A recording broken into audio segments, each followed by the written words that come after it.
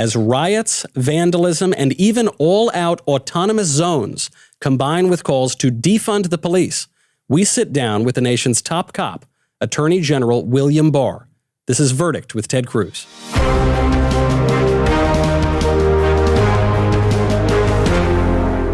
Welcome back to Verdict with Ted Cruz. I'm Michael Knowles. We will get to the Attorney General in just one second, but first I want to thank all of you who have listened and watched the show. We've now hit over 10 million views. That is more than I think we thought was going to happen. So thank you so much. If you haven't already, please go over to Apple Podcasts or wherever you listen to podcasts, leave a 5-star review and subscribe. Now, we're in a new location today, not our usual studio. Senator, you have brought a friend. Thank you, Mr. Attorney General, for being here. You know, the news broke just moments ago that you will testify before the House Judiciary Committee next month. So we are honored that you would sit down with us first and very much appreciate it. I want to get right into this. Obviously, there's so much going on. And it occurs to me, we have a man who writes the laws. We have the man who enforces the laws. And we have popular calls for utter lawlessness in the country. How do we restore order? Well, it's going to take both state and local government as well as federal government. The federal government is best positioned to address this kind of violence and lawlessness after it occurs because we don't have FBI agents walking the beat. And in fact, when the real violence started around May 25th, 6th, and so forth, we started using our joint terrorist task forces around the country. And there are 35 of them around the country. It involves all state and local in those jurisdictions and all the federal agencies. And it's the system we designed to follow terrorists. And now they are starting to go full bore, cranking out investigations, indictments against the people who were involved in this violence. So we've had scores of indictments already for such things as arson, destruction of federal property, things like that. And we have right now about 500 investigations underway. So it's picking up pace, and we are committed to holding accountable the people who are engaged in this. But we still have to try to stop it before it happens, and that's where the burden is right now on state and local. And in many places, they're not stepping up to the plate. They're not doing their job. So I know it's early, but how much indications are y'all seeing of coordination and planning rather than spontaneous acts of violence? Right. We are seeing strong evidence of coordination in many of these violent episodes. Fundamentally, what you have here is you have demonstrators. Some of them go there with the intent of demonstrating, but you have a group of provocateurs and agitators, sometimes a significant group, that try to convert those into violent activity. And they seem to be very well coordinated when they show up. A number of them are associated with the movement called Antifa, but they go by various names, but frequently anarchistic. They want to tear down the country. They're different than many traditional groups, and frequently the signs of coordination and activity are very close to the event itself, so like the morning of or the day before, and things are very fast moving. But we definitely see signs out on the street of communication, of organization, of pre-planning, pre-positioning of things. So it's definitely organized activity. Well, if you're calling in the terrorism task force, that means presumably that we're dealing with terrorism here. I know the president came out and said just a couple of days ago that this will not be tolerated on federal land. You cannot destroy federal property, and he's authorizing the government to go and hold people accountable. What will this mean in terms of a change of policy or an acceleration of a policy that was already in place? Well, it's not a change in policy in the sense that we've always had the obligation as the federal government to protect federal facilities and federal landmarks and monuments and so forth. But now, because in some places the local police are not doing an adequate job, we're going to have to step up the federal effort to do that. And so there are two aspects to it. Obviously, we're going to prosecute. Right now, all the videos involved in the attack on the President Jackson's statue are being carefully reviewed, and we will go after people. So if you attack a monument on federal property, you're going to get prosecuted. That's right. That's good to hear. Yeah, but we're also going to and the criminal statute has serious jail time. I mean, I think 10 years. 10 years. Yep. And the other thing is we have to do a better job of trying to stop these groups before they are able to do damage to these monuments and statues. It's fine to punish them afterward, but I think a lot of us would like the statues to remain up. Right. Well, and we're seeing a lot of local, whether it's mayors or police departments or governors that may agree with the political agenda of the rioters, standing by and allowing them to destroy, tear down monuments they don't like. And, it started with Confederate war generals, but now they're tearing down or defacing Ulysses Grant. They're defacing Abraham Lincoln, because Lincoln was a known Confederate. Famously, they're going after Saint Junipero Serra and Cervantes. I mean, it. Yep, it's anarchy is what it is, and it's from people who are very ignorant, don't care about history at all. I imagine they looked at U.S. Grant's statue, didn't know who he really was, wasn't sure what side he was on. But of course, old guy with a beard, he's got to be bad. He's a terrible guy. He was a great Republican president who did more for advancing the right of African Americans in this country probably than any single president. He crushed the Ku Klux Klan. Came down, crushed the Klan. Yeah.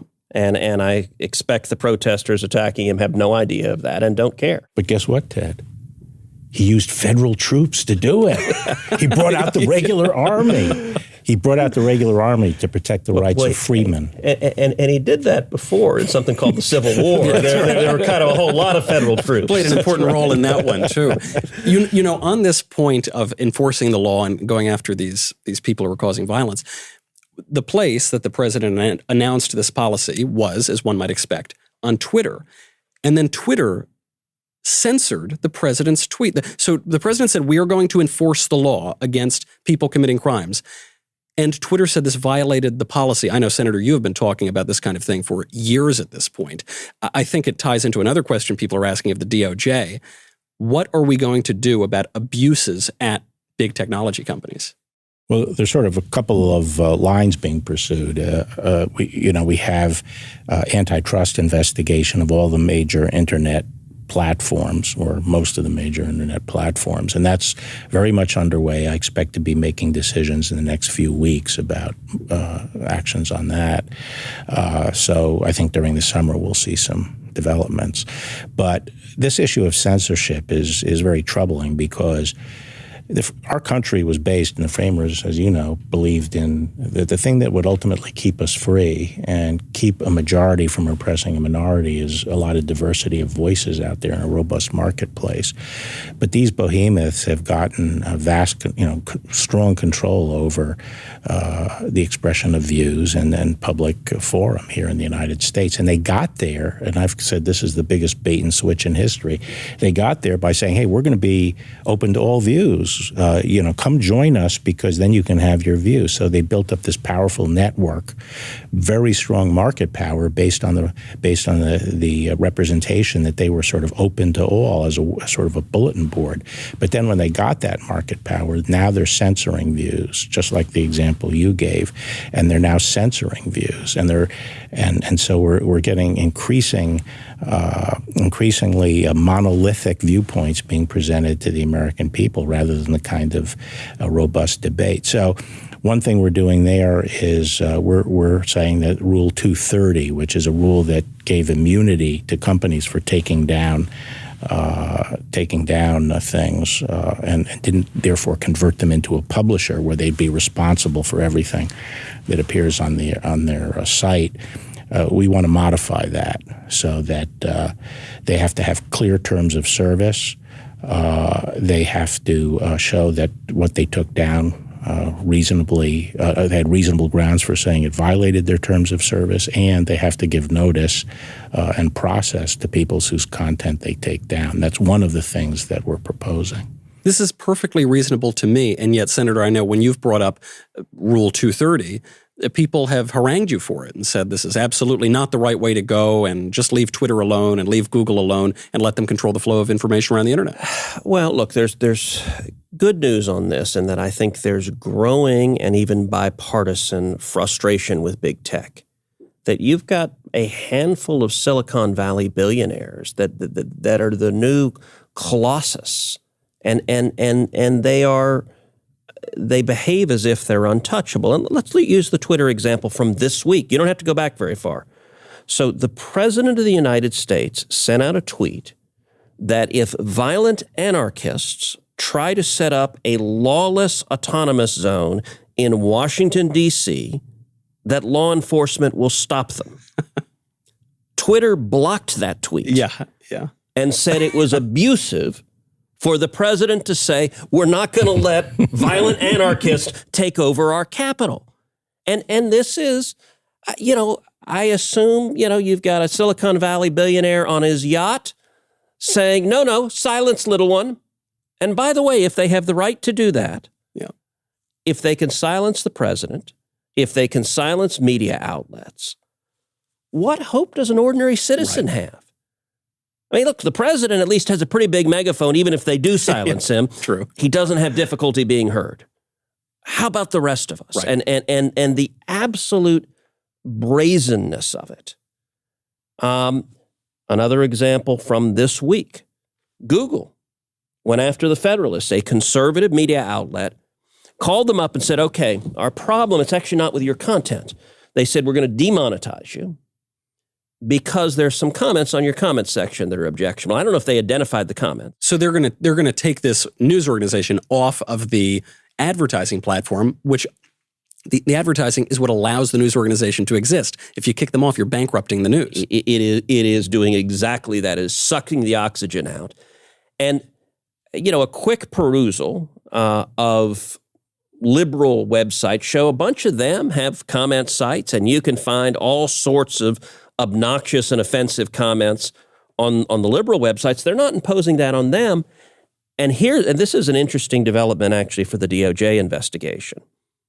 One place you find comments is YouTube. Now, YouTube is a wholly owned subsidiary of Google. It's an incredibly profitable subsidiary of Google.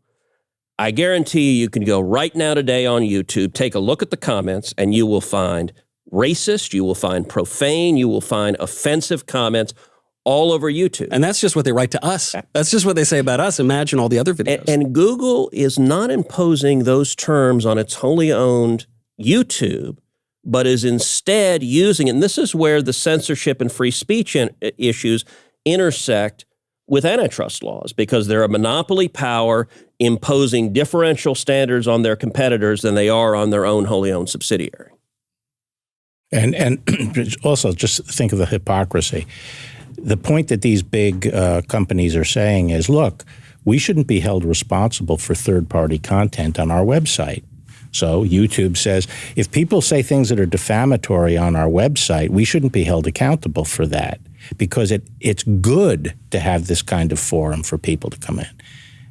And yet when someone comes in on their website, they're saying, the rules that we want applied to us don't apply to you. You're responsible for what's on your comments section. Right. It's hard to have those both at the same time. Of course. Senator, you mentioned the autonomous zone before. Mr. Attorney General, I would like to ask you about that, but perhaps I should instead ask the Secretary of State, because these zones in Seattle and in Washington, D.C., they've declared themselves fully autonomous, separate from the United States. As a legal matter, how does the DOJ look at such a claim? Well, obviously, they're not separate from the United States. They're, a bunch of agitators who have planted themselves in the middle of Seattle and are bullying the people who live there and the businesses that are there. And the Seattle government is not protecting its people. It's not enforcing. It's not protecting the federal rights of those citizens. Right. And the police do not seem to be enforcing the law there. But of course, this is another question that has come up on the show quite a bit. This matter of police reform, it's talked about from the question of police on the ground. I'd like to talk about it from a higher level, particularly in your role. When people talk about corruption in the DOJ, I am reminded of your predecessor, Loretta Lynch, who sat on a tarmac with Bill Clinton 3 days before Hillary Clinton was going to speak to the FBI. I am reminded of her predecessor, Eric Holder, who referred to himself as Barack Obama's wingman in 2013 while he was in office. I'm reminded of Loretta Lynch again, who wrote the description that James Comey used of Hillary Clinton's email server. How politicized was the DOJ before you got there? Well, I think there were many examples of political decisions, but I think one of the things that's perplexed me about this is that we had one of the largest frauds and injustices in American history conducted during the 2016 election by the Justice Department and the FBI right in the center of it. And that was turning the law enforcement intelligence agencies of the government against an opponent's political campaign. That, as far as I know, has never happened before. And it's one of the ultimate dangers in a democratic republic like ours. And the things that I have been criticized for generally are coming in and trying to get to the bottom of that and hold accountable the people that were involved. I know there was just a development on this over the past couple of days, too, in the case of Michael Flynn. Michael Flynn, who was entrapped when he was coming in as the national security advisor. And the DOJ turned over, I believe it was exculpatory, to use the phrase of Flynn's lawyer, memos from an anti-Trump official named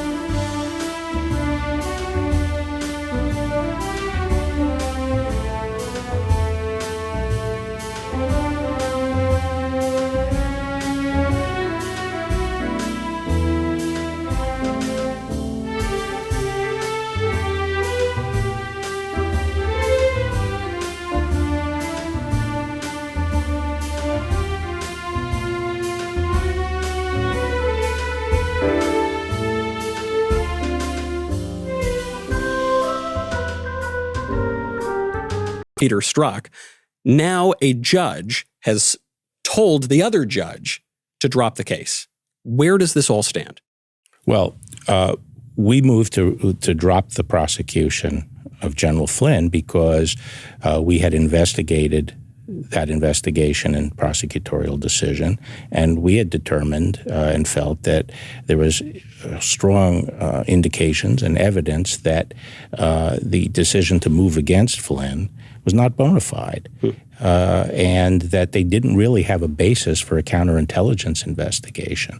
And we just filed a document in court yesterday that hasn't been seen before. They're handwritten notes of the January 5th meeting in the White House between the president, the vice president, James Comey, and others. And in there, Comey, in response to a question from President Obama, seems to, he says, according to the notes, that the calls between Flynn and Kislyak, the Russian ambassador, appeared legitimate. So just a few days later, they became the basis of a counterintelligence investigation. And these were Peter Strzok's notes. Yes, who was an FBI counterintelligence agent running. So he's admitting it appears legitimate, and then all of a sudden we're being told it isn't legitimate, and right. He's got to be prosecuted for it. Now, the notes also indicate that it was Vice President Joe Biden who suggested the Logan Act could be used to target General Flynn? Well, what the notes show is that the Vice President raised the Logan Act in connection, it appears, with the calls made by Flynn to Kislyak. Which is a ridiculously unconstitutional statute. I'm no expert, but it certainly seems unconstitutional to me, yeah. Under which no one has been convicted by the Department of Justice. And it purports to prohibit anyone from conducting foreign policy. I promise you, John Kerry today is violating the Logan Act. He's talking to the Iranians or to somebody, because John Kerry does that every day, trying to undermine the administration's foreign policy. And you know what? John Kerry, as an American citizen, has every right to do it. And the fact that Biden and Obama were willing, and DOJ and the intelligence agencies were willing to go along with it, to weaponize law enforcement after Donald Trump had been elected to go after the next president, I think is absolutely scandalous. It is an abuse of power at a level that I think makes Richard Nixon's abuses in Watergate pale by comparison. And I got to say, Bill, the job you've done as AG, to simply be willing to speak the truth, to bring transparency to what happened, has been historic. And you've done it knowing that the entire world would descend upon you, that you would be politically targeted, that you'd be vilified, that the media would go after you, that the political process would go after you.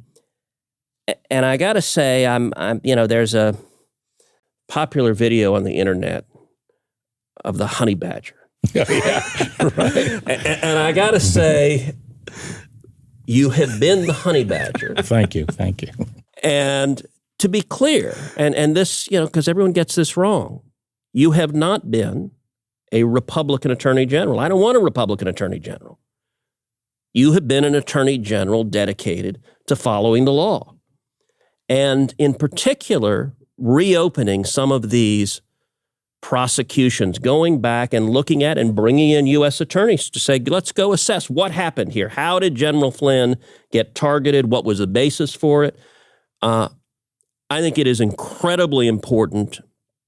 And I have to say, I was telling your staff right before we started, they were sort of commenting, wow, they're coming after us on every front. And I just said, listen, take that as a compliment. Doing the right thing has a price, and the job you have done as Attorney General is inspirational, flat out, and it's Ted. important. Thank you, Ted. That's real important to me that you said that. And one of the stunning things, and I'm sure you'll agree, is that the media just went hell-bent for leather on pushing this Russiagate story, that Trump was essentially an agent of Russia. And they were merciless. And up until, recently, you had former senior government officials sort of talking knowingly about how the president was going to be indicted and so forth and so on. Do you hear is there anyone standing up now and saying that President Trump is an agent of a foreign power? No. Oops, they got it wrong. And you wouldn't know that because there's been no retraction, there's been no readjustment by the media or all the people who've been pushing this story. They're just on to the next false scandal because their purpose seems to be to cripple this administration and drive it from office at any cost. It's just sort of gone down the memory hole. We've completely forgotten about it. I do want to get back in a moment to all of the top important questions of state. But Senator, you've brought up something that I think a lot of people are curious about. I certainly am. What am I supposed to call you? Is it Mr. Attorney General? Is it General Barr? Is it Honey Badger? What is the proper term to refer to the Attorney General of the United States? Well, people say Attorney General, but it's also in the United States, we also use General to refer to the Attorney General. But that actually is a mistake. I like it, and I think we should still keep this. But it's actually from the Norman French, which was Attorney General, which was then carried over to England by the Normans, and they referred to Attorney General, something general. And general is the adjective. It meant general attorney, the general attorney, like the general counsel. And we just use the term general, but every other English-speaking country to refer to the Attorney General says attorney. So the form of address in Britain, New Zealand, Australia, and Canada is attorney. The form of address in the United States is general. It's general. So the plural it's based would be on a mistake. It's based on a mistake. It's a fortunate one. I do like it. It sounds very powerful, and that would mean that the plural is attorneys general, right. Or honey's badger, but it is not. You wouldn't put it on. Well, and I'll tell you a funny story. So the first time I met Bill was 25 years ago. And I was a law clerk for then Judge Mike Ludig. And Ludig at the time was 41, was the strongest conservative appellate judge in the country, and was an incredible friend and mentor. But Ludig had been Bill's deputy at the Department of Justice. And the year I was clerking was Ludig's 5th year on the bench. And so we organized a party, a black tie party to celebrate 5 years on the bench. And in addition to former law clerks, we invited people who'd been important in Ludig's life. And so Scalia was there, Justice Thomas was there, and Bill was there. So that was the first time I met him. And Judge Ludig tells stories. You work about 18 hours a day when you clerk for Judge Ludig, but at least 6 of those hours are just listening to stories. And so you hear lots of stories. But one of the stories I remember hearing is when, so Bill was the head of the Office of Legal Counsel, truly a storied office of the Department of Justice. Antonin Scalia was also head of OLC. William Rehnquist was head of OLC. So he continued in a grand tradition, and then he got promoted to Deputy Attorney General and then Attorney General. And Ludig told the story of one day in the AG's office, there was, I guess, an Army helmet in there. I don't know why, but he described Bill putting the Army helmet on and going out to his balcony and saying, "I'm a general. I'm surveying my troops." Actually, so is that true? Is that well? What happened was Attorney General Thornburg had to leave town, and he made me acting Attorney General because I was assistant attorney. He made me acting Attorney General, and I put the helmet on and took binoculars, and I went out on the balcony. And Ludig comes up, "What are you doing?" And I said, "I'm looking for injustice."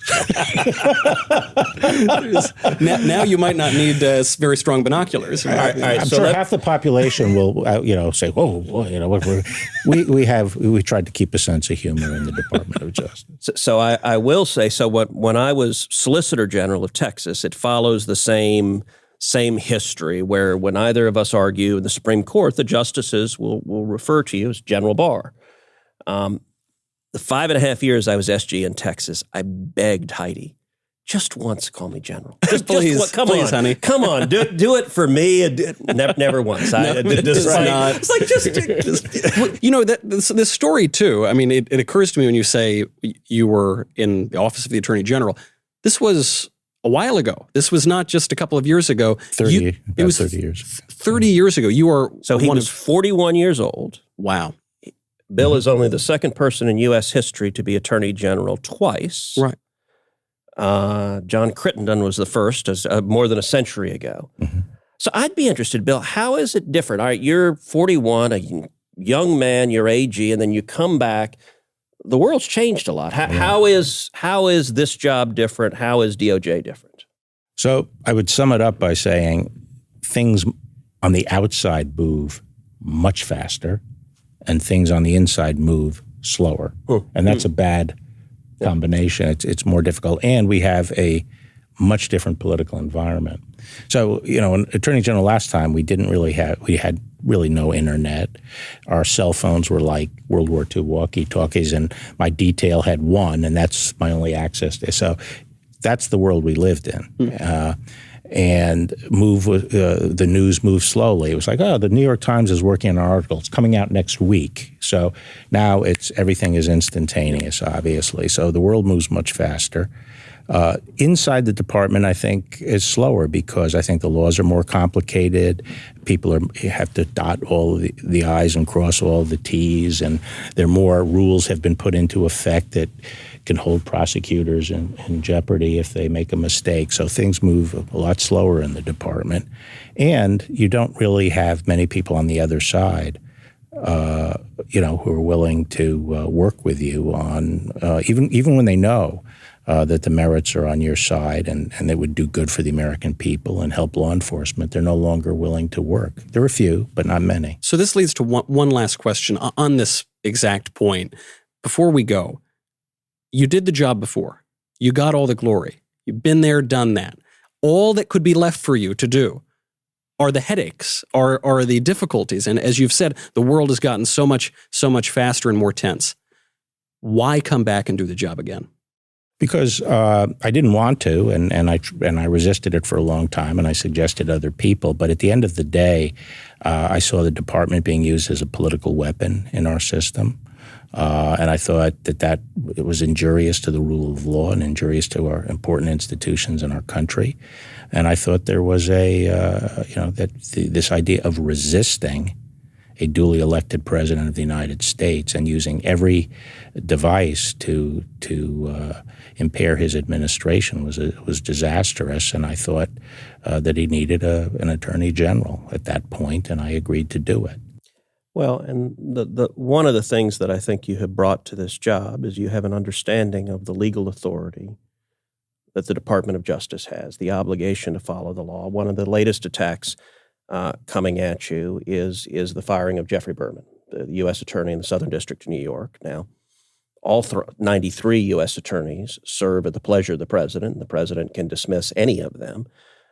But some voices on Capitol Hill are reacting as if it is an astonishing thing to ask the U.S. attorney to step down. So I'm curious, why did you fire Jeffrey Berman? Well, that particular situation, it wasn't really a move against Jeffrey Berman or to get rid of Jeffrey Berman. It was really that the president had not nominated his own attorney general for that position. Mr. Berman had been appointed by the court under a particular provision of statute. So how does that work? How does a court appoint? That's unusual. Yeah. So there are certain situations where if there's a vacancy in the office and there's no one who has been yet confirmed by the Senate, you can be put in place by the court until someone is confirmed by the Senate. And sometimes they're put in by the court and then the administration doesn't even proceed with the nominee and they can stay in for a while. But the president explicitly has removal authority over all U.S. attorneys. U.S. attorneys are assisting the president enforce the law, seeing that the laws are faithfully executed. So they are agents of the president in that respect constitutionally. And so in this particular case, there was a very attractive candidate, a very prominent and distinguished lawyer from New York, from one of the greatest law firms in the world, and well-known in New York. And he had he was the chairman of the Security Exchange Commission. And as you know, securities are really important up in New York. And we thought he would make a great U.S. attorney up there. So and actually, initially, you had planned to offer Berman another position in the administration. Yes, we did. But he didn't want to leave that post.